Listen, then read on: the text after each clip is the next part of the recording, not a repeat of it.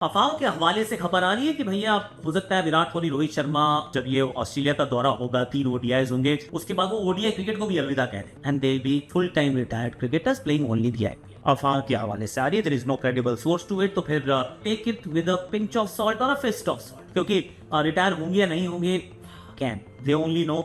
और ऐसा कोई प्रेशर कहीं से मुझे तो नहीं लग रहा है कि आने वाला है या आ रहा है।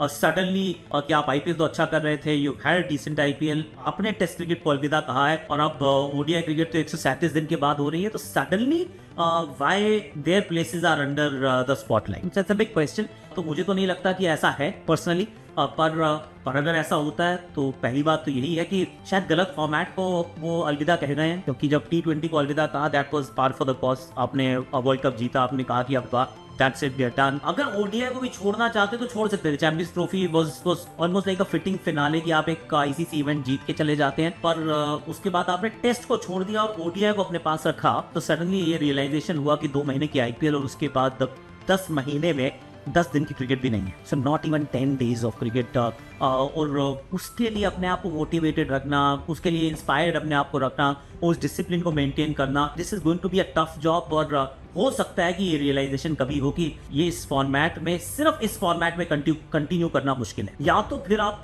खुद ही अपने बारे में सोचें कि चलो मैं टेस्ट क्रिकेट तो नहीं खेल रहा हूँ, फिर भी मैं रणजी खेलता हूँ, क्योंकि बाकी कोई क्रिकेट हो नहीं रही। I want to play ODI cricket and I want to stay fit, तो फिर कुछ तो कंपेटिटिव क्रिकेट खेलनी जरूरी है। अगर वैसा सोचे तो बात अलग हो, कि अगर नहीं सोचते हैं तो फिर let's wait and watch. I say कि इतनी जल्दी अभी let's not jump the gun.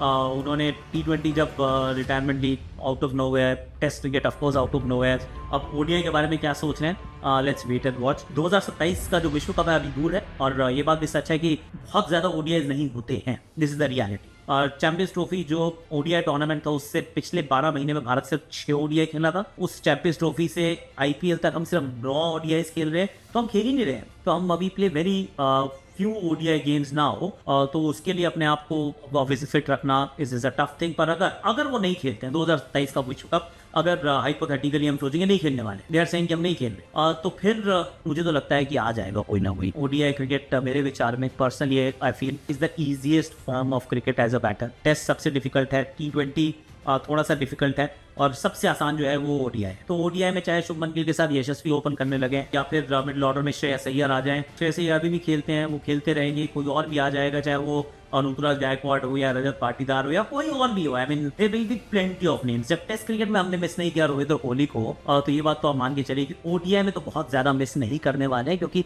It's that kind of a format. Of course world cup मुश्किल होगा क्योंकि वो साउथ अफ्रीका में है, वहाँ पे you need experience, you need the technique. पर अगर इफ दे चूज कि हमें नहीं जाना है वहाँ तक क्योंकि उतनी क्रिकेट हम नहीं खेलते हैं, या फिर सेलेक्टर्स उस दिशा में सोचते हैं, अगेन सिर्फ अफवाहें हैं अभी, तो फिर थोड़ा सा शायद पिंच हो, but then India will still be fine is what I think.